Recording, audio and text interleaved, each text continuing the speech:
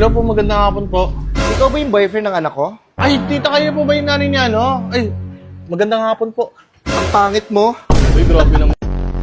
Pumagaw ang iwan yung anak. Layuan mo yung anak ko. Grabe, mahal na. 50 pesos, layuan mo ang anak ko. 50 lang. Papahingin mo na si tita, pre. Papahingin po muna. Hindi ko kailangan ng upuan, kalbo. Tingnan ko pa lang, mukha ka nang wala kang bitaw. Grabe naman kayo, tita. Huwag mo ko matawag-tawag na tita, huwag mo ko matawag-tawag na tita. Okay po, Elizabeth. Bastos! Yan, naiya ako! Madamis mo ngayon mo sa anak mo. Gusto ko ayaw mo para sa anak ako na lang. Hindi ka cute. Nililibre ko naman po siya ng fishball.